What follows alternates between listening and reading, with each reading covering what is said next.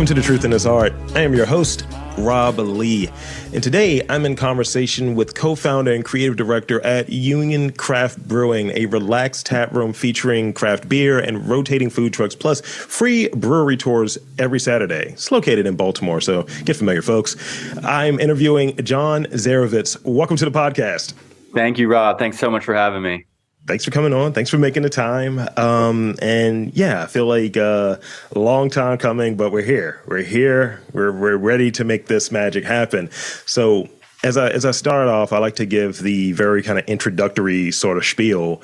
And before we get too deep, let's talk about some of your first experiences with marketing, branding, creative direction, because I see some branding that's going on in the shirts and it looks like it's not intentional. Like I see the shirt that's plumbing company, but I thought it was a tour T-shirt at one point. I see the hat is on fire. So tell me about that. Tell me about some of that early experience with marketing and branding, whether it be from work or just brands that really resonated for you growing up. So for me, my interest actually started from concert posters. Okay. I was a huge music fan when I was really young and still am today. And some of my first kind of visual media memories are having to do with vintage concert posters and seeing sort of the psychedelic artists from the 60s. There's like the big five artists who did a lot of those vintage psychedelic posters. I went on a family vacation to San Francisco with my parents, and we were in Haight-Ashbury. And I stopped into a poster store, and it was some of that work that really sparked that for me, and I carried it with me for a long time. As I got a little bit older, I started collecting posters from the concerts that I went to, and that collection started to grow more and more. And then I moved from concert posters to kind of more modern street artists and started collecting Shepard Fairey, Obey, and Banksy, and some artists like that. And that really grew until I had graduated from college. I was actually an English major with a concentration in creative writing, and had no idea what to do with that after I graduated. And actually, my girlfriend, who is now my wife at the time, she was enrolled at MICA in the graphic design program, and I sort of stood over her shoulder while she was going through that program and watched her work and watched her learn and absorbed so much from her that I ended up pursuing graphic design myself. And I found myself working really in a corporate role, sitting in a cubicle 9 to 5 for a big financial corporation in the in-house art department. Just being basically a production designer, moving pixels around. But at the same time, it was such a valuable learning experience because I was learning about branding. I mean, they had a very tight brand, learning all the rules about branding and about how to use a logo and how to make sure your colors were exactly right, and keeping a brand tight. And that's when I started to really think about branding outside of the corporate world, and starting to look at fashion brands and even how like the bands that I loved were marketing themselves and how they were reaching audiences by making all the cool merch and around that same time I had begun home brewing and I had begun hanging out at Max's Tap House in Fells Point and meeting people in the local beer scene. And it wasn't long before I was sort of combining those two interests by taking a close look at beer brands around the country. And that was in the kind of early second wave of craft beer. And so there were all these new brands to look at. And I sort of started to develop a little bit of a brand of my own in my head at the time. I mean, that was before I decided to put pen to paper and really work on actually starting a brewery or my own brand. But there were definitely sort of the initial kernels starting to go in my head. Yeah, I mean, and thank you for sharing that.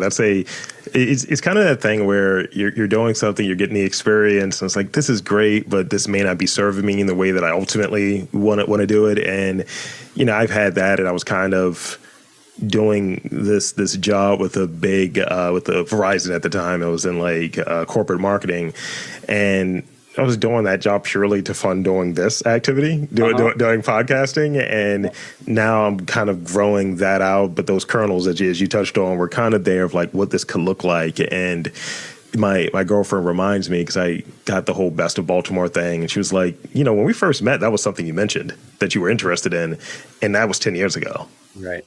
So kind of getting that acknowledgement and getting to this point and seeing all of the things that were baked in, whether it be from other roles, whether it be from just other opportunities, that is always something to learn, and just people that you're around. Like she's an English major and and a writer as well, and background in data. So, she'll tell me something, that doesn't make any sense, right? from just being a writer, and it's really funny. Yeah. Congrats on the Best of Baltimore, by the way. And thank you. You definitely deserve it. And, it really is interesting how all sorts of experiences in your life, they may not seem super valuable at, when you're in the depths of them, when you're surrounded by them. But, give it some time and look back, and you'll really realize that those things were really huge growth opportunities. And while I may have toiled away in a cubicle for 6 years, to the point where I was like, what am I doing with all this time?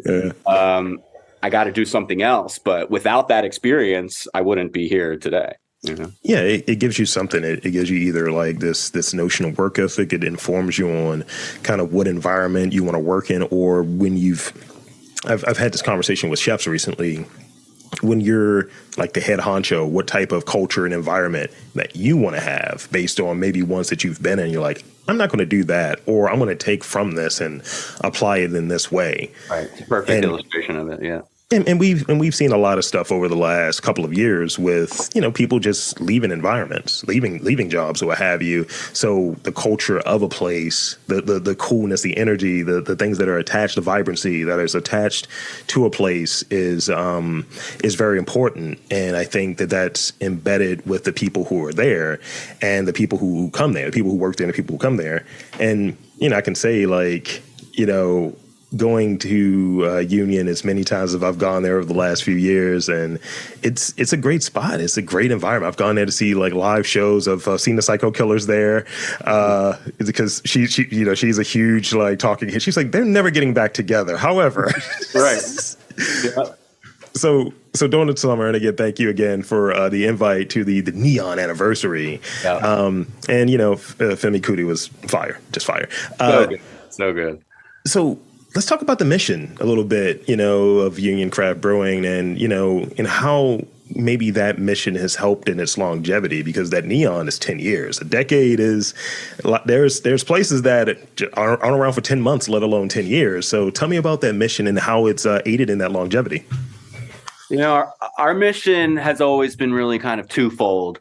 On the beer side, you kind of have to have a beer making philosophy, and ours was always just about drinkability and balance. And then there has to be a social element to it as well. And we're named Union because we believe that beer can bring people together, and this stems from something that we learned early on when we were looking to open a brewery. There were all these examples 15 years ago, 10 years ago, around the country of breweries opening up in parts of cities that needed a little bit of love, that needed to be revived. And once those breweries gained a foothold in those parts of town, communities developed, neighborhoods developed, people came, businesses thrived. And we just think beer is such a special beverage in that way, a special product in that way. In that it's for everybody. It's not, and I'm not saying that other beverages aren't, but the way wine has been perceived over the years. And look, wine, you can talk to Enrique from the Wine Collective, and he'll tell you that wine is for everybody, and his goal is to make it is to make it, you know, a level playing field as far as wine goes. Yeah. But for a long time, it wasn't like that. You needed access to it. You need to understand it. It was kind of like a, you know, upper middle class beverage that you had a privilege to drink. But beer has been the everyman drink for thousands of years, and you know, we just wanted to be able to bring that to Baltimore, and to always champion Baltimore as a great town, and to just make the city a more livable, fun place to be. And so I think when you combine those sort of two sides to the mission, I think you got something that's kind of built to last. Absolutely. Absolutely.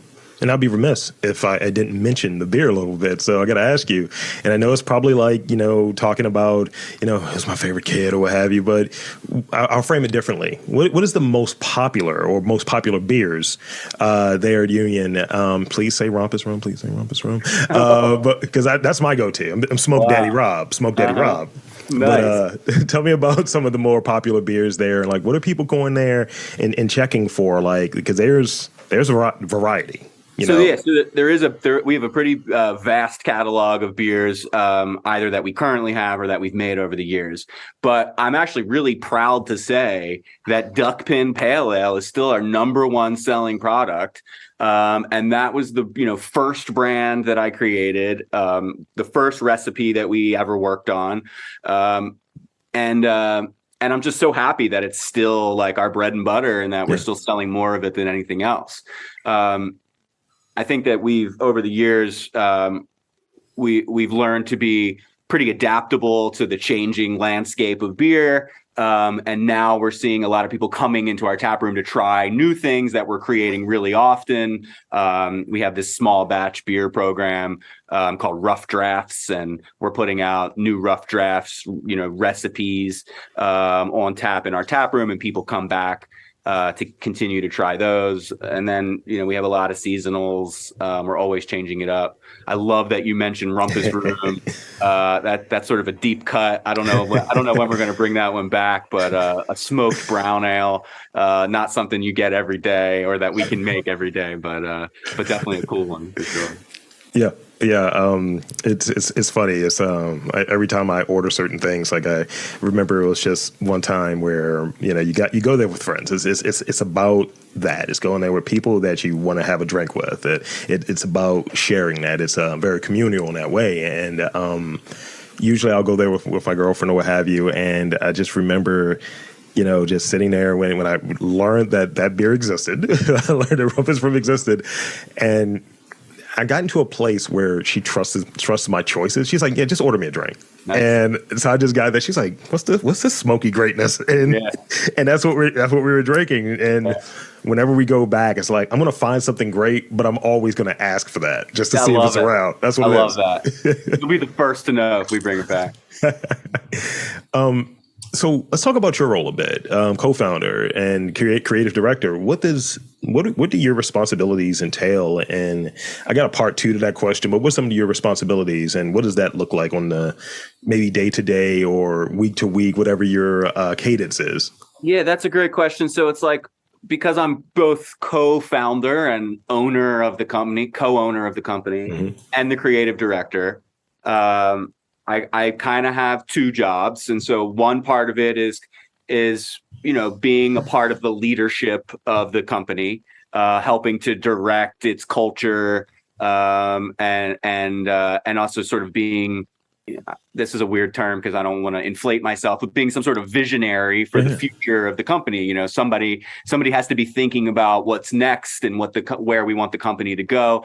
And so I'm doing that often.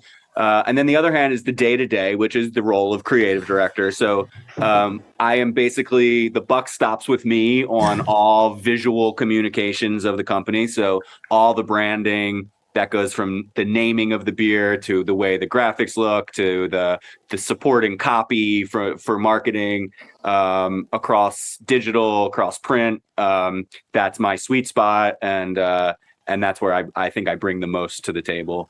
So, on a daily basis, I could be doing anything from working on a press release to redesigning a can, working with an illustrator, or, coming up with the next merch design, something like that.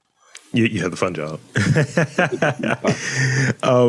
So with that, and I kind of had a sense of it. I may have done a little research, but let's talk about like within that, like how do you define originality? Because I'm hearing it where it's just like you're working with artists, you're working on the branding, you're working on the newsletters, all of these kind of creative things, and it's interesting to get a sense from people who work creatively and that's just where they're living and breathing. Like, how do they define originality? Because some people are like, may define it one way and it may not hold much water. So I want to get your take on that. How do you define originality?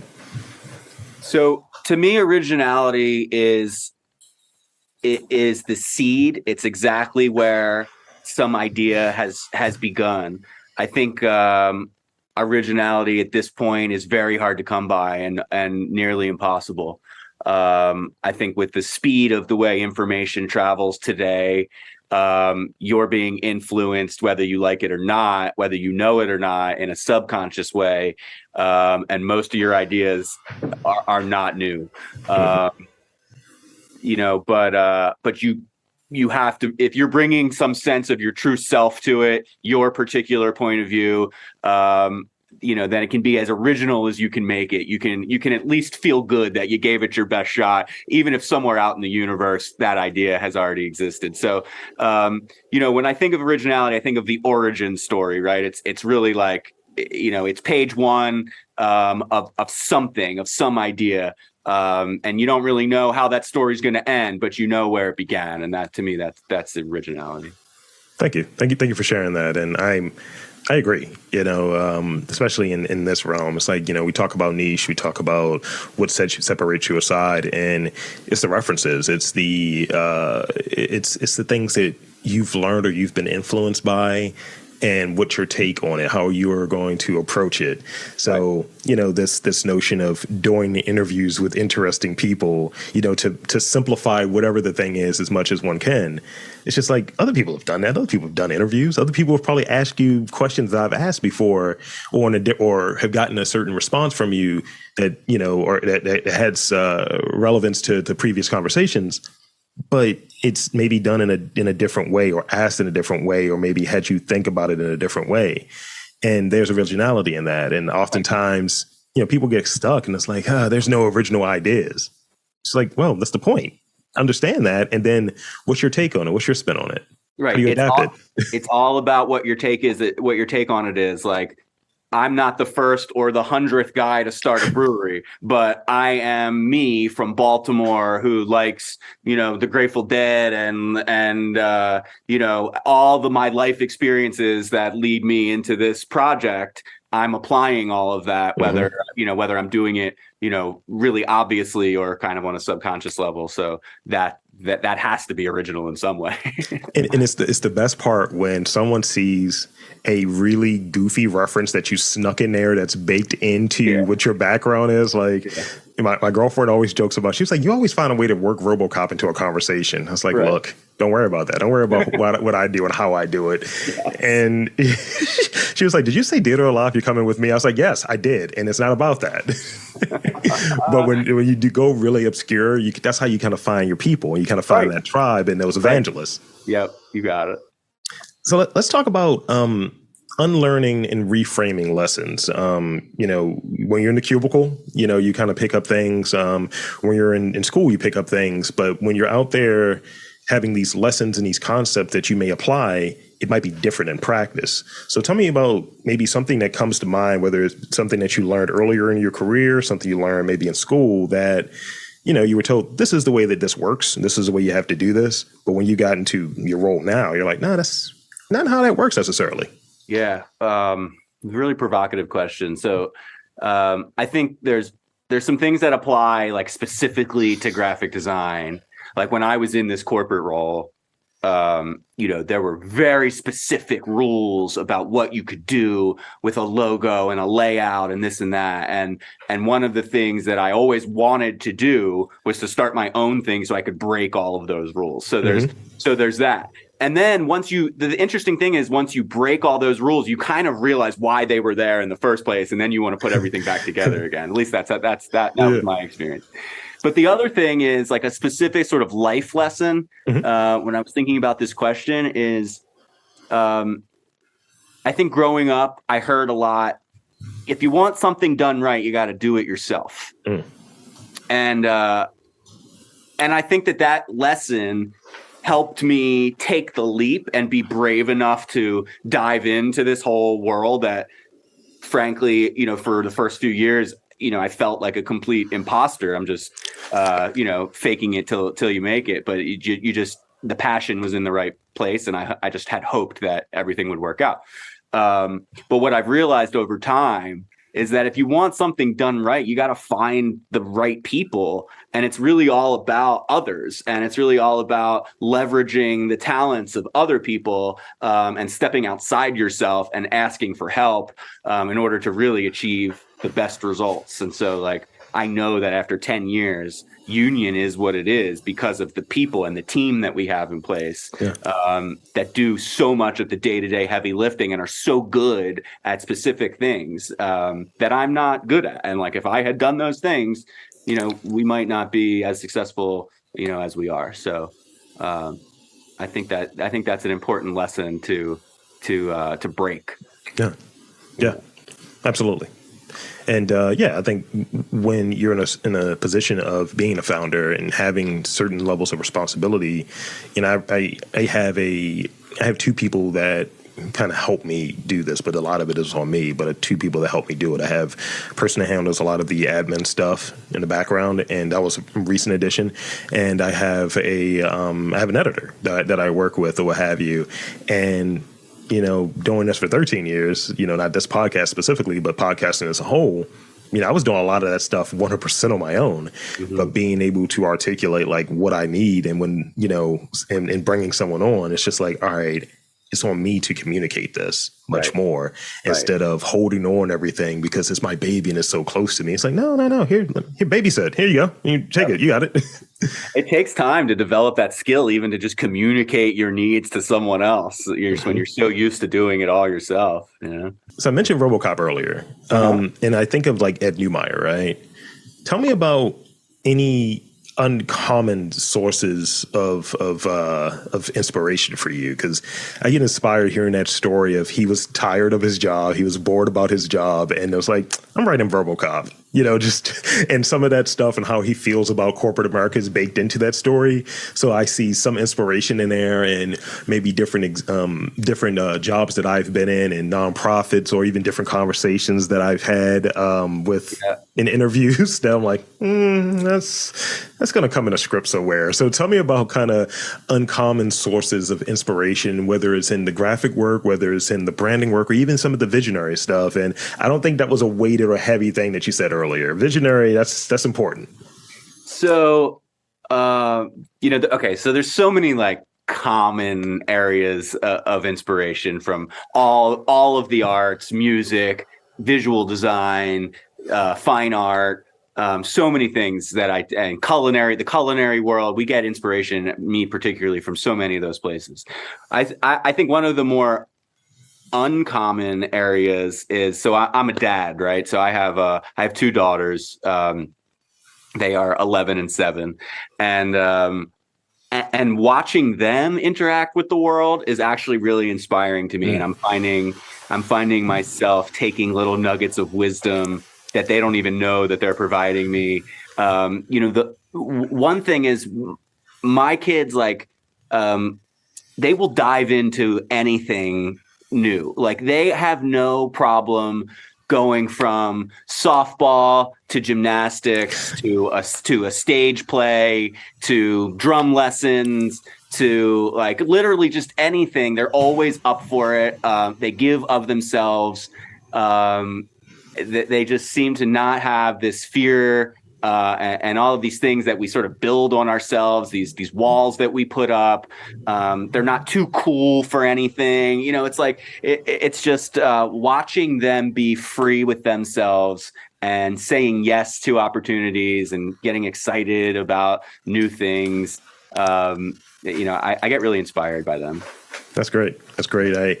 I usually ask this question because I think children, young people, kind of they haven't been sullied yet. When it comes to to create, they haven't been hit with whether it's an internal thing or even some of that validation that comes in that brings out an ego, or even with the whole rejection thing, it's a purity there of I'm just doing it. This is the thing I'm interested in. Yeah. And there's so many parameters as you get older that it's like, you can't do that. But I don't think kids run into that as much. And in that way, because it's like, if you're like, hey, I want to start this clothing line, but it's like, you only do beer. So back to the beer, it's like, I can do all of it, if I have the energy and the passion to do it. Yeah. Yeah. I mean, that reminds me of like going back to the sort of lessons thing. It's like you get told a lot to like stay in your lane, right? Mm-hmm. Like you got to like find your niche, and you got to be kind of anything that's like rigid is only going to make a fool out of you later in life. I feel like down the line, anything you're like, you really stand up for now, like you're just sometimes it just doesn't apply necessarily, especially in business. Mm-hmm. You got to remain adaptable. You got to check yourself in your own ego and sort of, you got to make sure that whatever it is that you're standing up for right now isn't really just like a crutch that you're leaning on because you're afraid to do something else. Absolutely. I like to, I'm tinkering with this notion of my lane is as wide as I want it to be. Yeah, exactly. Yeah. So I got two more real questions. In terms of process, like let's go with, I think from the graphic side of things, mm-hmm. the visual, I think, artists and people who are creating, people love to see you share more and more of your process. And mm-hmm. that's where you kind of like, oh, this is how you use that. Or you use this as like I'm using Procreate, or I'm using, whatever. How do you like determine what you're going to share about the process, or even from the entrepreneurial side, from the leadership side of it, when you're like doing interviews and things of that nature? How do you determine what you're going to share and what you're going to like kind of leave out of the conversation? Because I think people take something out of that. Like when you're sharing something, it's like, oh, okay, that's cool. I can see that. I can see why they may have done that and so on. But sometimes it's almost like when you look at a painting, why did that person choose only that color? Right. Like, right. Why are they setting in these different parameters and these different barriers for whatever reason? Tell me about that. I think that it also, a lot of that comes back to maybe ego as well. And that I think that, if I was a perfectly realized person, I would share it all, that I would be completely transparent. But I think that we put these little mechanisms, and we don't want to share certain parts because I think we'll feel embarrassed, or, like when I'm like, let's say like I have to name a new beer, which I have to do constantly.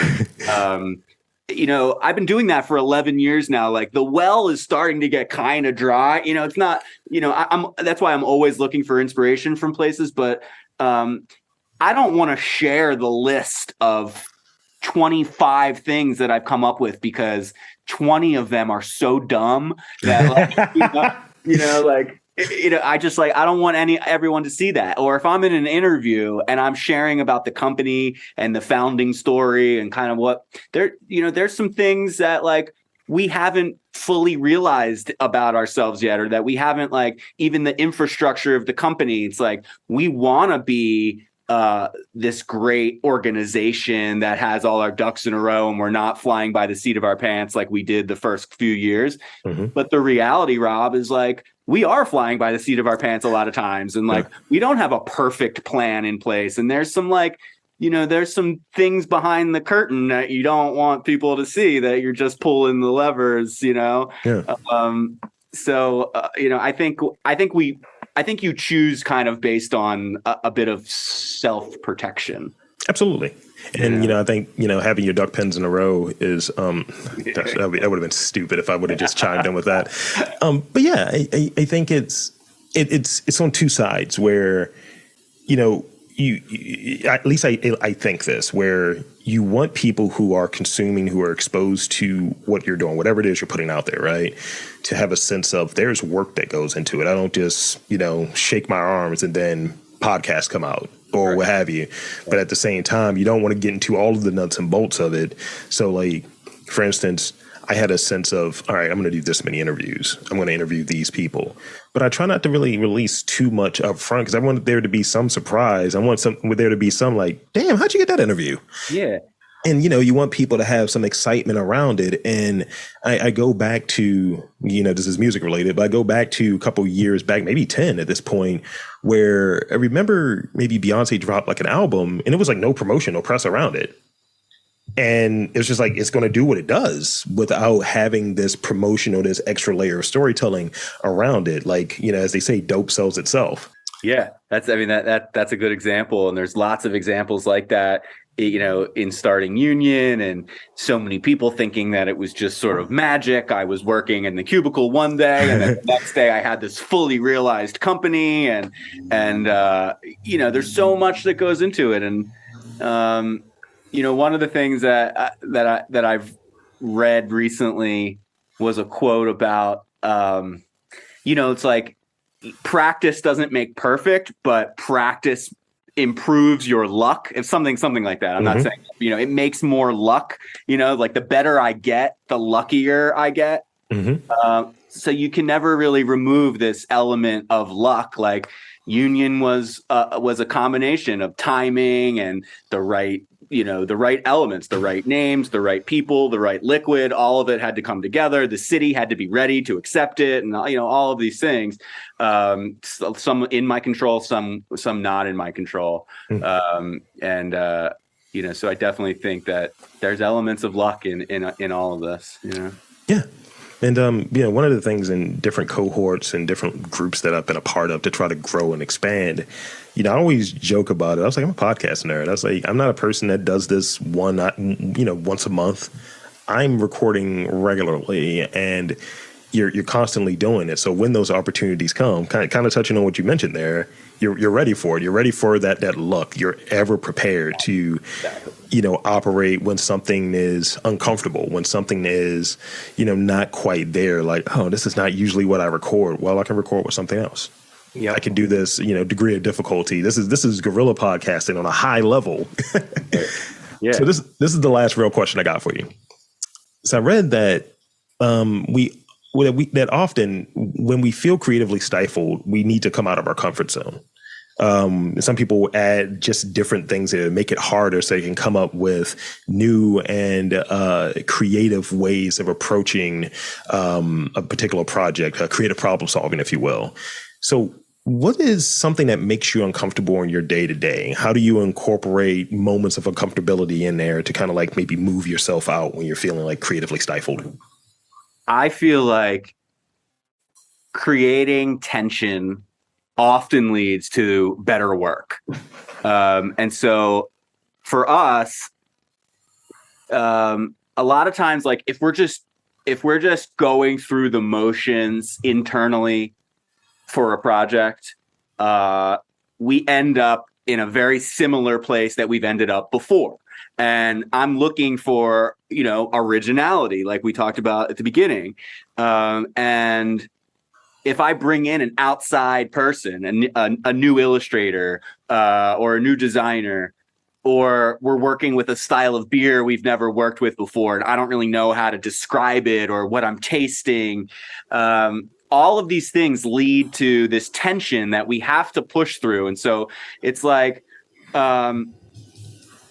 working with outside people or new things brings in really kind of distinct challenges And it makes me have to think outside of all of these brand things that I've established, like 10 years of a brand. You kind of know where everything fits. And when you reach outside of that and you go outside of the company, outside of our doors, outside of the things we're used to, then we're presented with these challenges that we have to push through. And when we do, we often have results that exceed our expectations.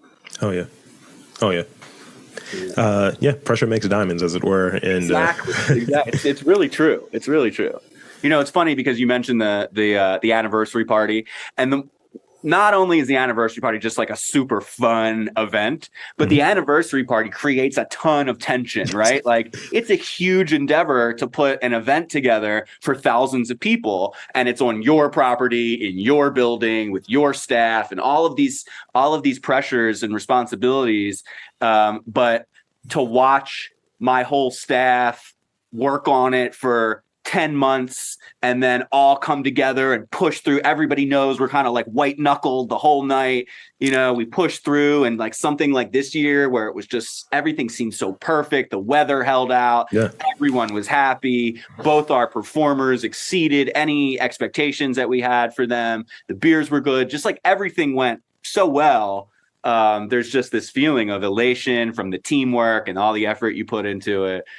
You know, it really just feels so good. So, you know, if everything were easy, everybody would do it, and then nothing would seem so special, you know? So, you gotta know what the sour looks like to notice the sweet. Right. Yeah, exactly. So I want to hit you with some rapid fire questions real quick. I only got a couple of them. Nothing too crazy, and don't overthink them. Don't overthink them. I think I need to add that in as like a soundbite because people just overthink them all the time. All right, don't overthink. Let's see. So this one I'm very interested in. So progressively, we're in a more and more digital world. What's something that, and I would imagine most of your work has that kind of digital component to it. What's a part of your creative work or your day to day that you just don't see becoming digital? You see just kind of staying analog. Is it you keep a notepad on, you sketch, and you're like, oh, okay, this is what I'm going to do, and I'm going to transfer this, but it starts off in a notepad. Tell me about something that is always going to kind of be analog for you. So yes, I absolutely always keep a notepad. I am constantly doodling. I've been doodling since I was 13, 12, I don't even know. Since I was a kid, I'd always get in trouble for doodling in the margins at school. I never stopped doing that. It's really this like meditative form that just lets me start thinking about other things, but still keeping my brain occupied. And it's like the creative side of my brain. And so like I will doodle, and that will lead to me making a list of things that I need to work on, like naming beers or coming up with new projects, or sometimes I'm sketching. Really, I'm not a great illustrator. I can't really draw very well, but I still do it, and it really helps me get ideas out so that when I'm ready to approach the person who ultimately is going to make the beautiful execution that I'm looking for, I am straight with how those ideas work in my head. That kind of stuff will never be digital for me. Yeah, that's legit. That's legit. It's that's a question that kind of comes out of this deep dive into like the Austin Kleon stuff, and it's just like, yeah, I got to keep a notepad on me all the time because when I'm sometimes stuck on questions, I try to come up with something that's either interesting, provocative, or something that's going to make a person think. Yeah. And I don't want to just, hey, man, so what's your process? Tell me about the job. And it's like, who cares about that? Like, can you ask that in a different way? Can you get something more out of it? So I think, having a walking practice and having like a notepad, I'm always observing things that are around. And sometimes you'll see something that's insightful. You're like, wow, I need to take that down. That's a good note. Yeah. Quick second answer to that is literature, is books. I have a Kindle, and I will read on the Kindle because it's convenient when I'm like traveling or something. But there is nothing compares to turning pages in a book. I really find that I have much harder time engaging with the written word, when it's not on paper. That gives me another question. What was the last book you read? The last book I read was called Damnation Spring. I'm looking at my bookshelf right now. It was called Damnation Spring. It is by Ash Davidson.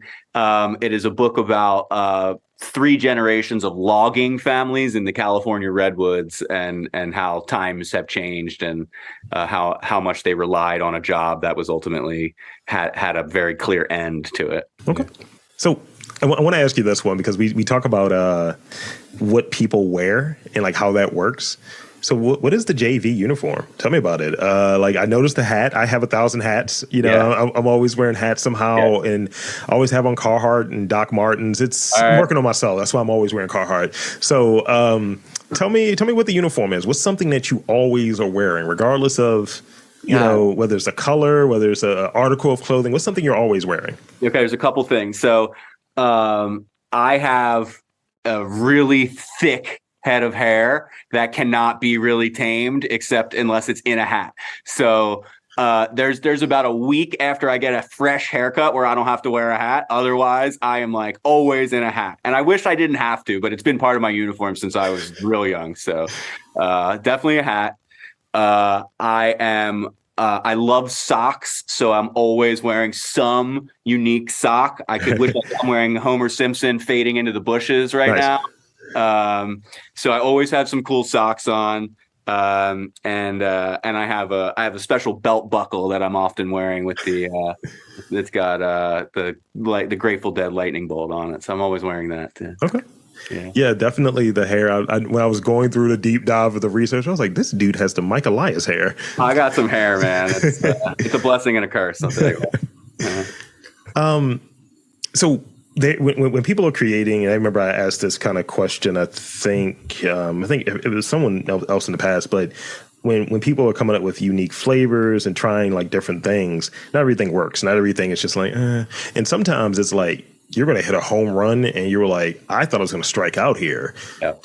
Was there a beer that you're like, I'm surprised it's this popular? This was not something that we thought we were going to come out with. Yeah, there's actually a couple. But the first one, and this is a story I'll often tell when I'm talking about the beginning of the brewery. So we make this beer in the summertime called Old Pro. Old Pro is a Goza, which is it used to be a very obscure German style of beer that's only made in one small part of Germany, and it's sour or tart. It's hard to say that it's sour. Now they're sour, but traditionally they're tart. And they're made with coriander and salt, and it's a light wheat beer, low ABV. And that was the third beer Union ever made. And so imagine walking into a brand new brewery, you hear about it on the news, or just the buzz is getting out that a new brewery is open. And this is like, breweries aren't opening 10 years ago like they're opening today. So a new brewery is kind of still a novelty for people in the city. And they come down and we have a little tasting that you can do, because even tap rooms weren't legal when we opened. So if you took a tour, you could get a few little tastes. And one of those tastes is Old Pro. So you get a pale ale, that tastes like beer. You get a German brown beer, that tastes like beer. But then you get a Goza, which you can't even pronounce. And then you taste it and it's tart. I have never seen more disgusted faces looking back at me than when I was standing behind the bar trying to sample people on Old Pro. But then you start to, people are like, did this go bad? Did you just serve me something that's going to make me sick? And you're like, no, it's supposed to be like that. You explain it and you do the best you can, but we believed in that beer. We just thought like, this is something that people are going to really appreciate. They just don't know it yet. They just need more time with it. And fast forward a year, and that beer was one of our biggest selling beers. I think it turned on a ton of people onto sour beer in general. And now, 10 years later, you will be hard pressed to find a brewery that doesn't make a Goza or at least a sour beer of some sort. And I think I think a lot of that, I think we were kind of really early to that particular style. So that I did not think was going to be successful. Ultimately it was. And we've had a few others like that where we just have created a weird flavor profile. Hey, Steady Eddie IPA is the number 2 selling beer at Oriole Park. And when that beer debuted, it uses a really unique hop that almost nobody uses, called Sriracha Ace. That has a kind of coconut, lemon, dill flavor to it. It can go in any of those directions depending what day and how you're feeling. And so when we first came out with that beer, I was head over heels for it. I thought it was one of the most unique beers I had ever had. But there were some people who thought it tasted like suntan lotion, or just thought it tasted disgusting, in general. But we stuck by that, and look, it does help that we've partnered with Eddie Murray on it, who's a Baltimore icon. But look, you can't sell that many beers if people don't like it, True. So it's really it's got a real following. People really love it. I'm really proud of that one. Oh yeah. Yeah. So this is the last one I got for you. Maybe let's go with it. Let's go with a movie. Let's go with pop culture related here. Mm-hmm. What is something guaranteed to make you laugh from a kind of pop culture sort of sector here? Will Ferrell.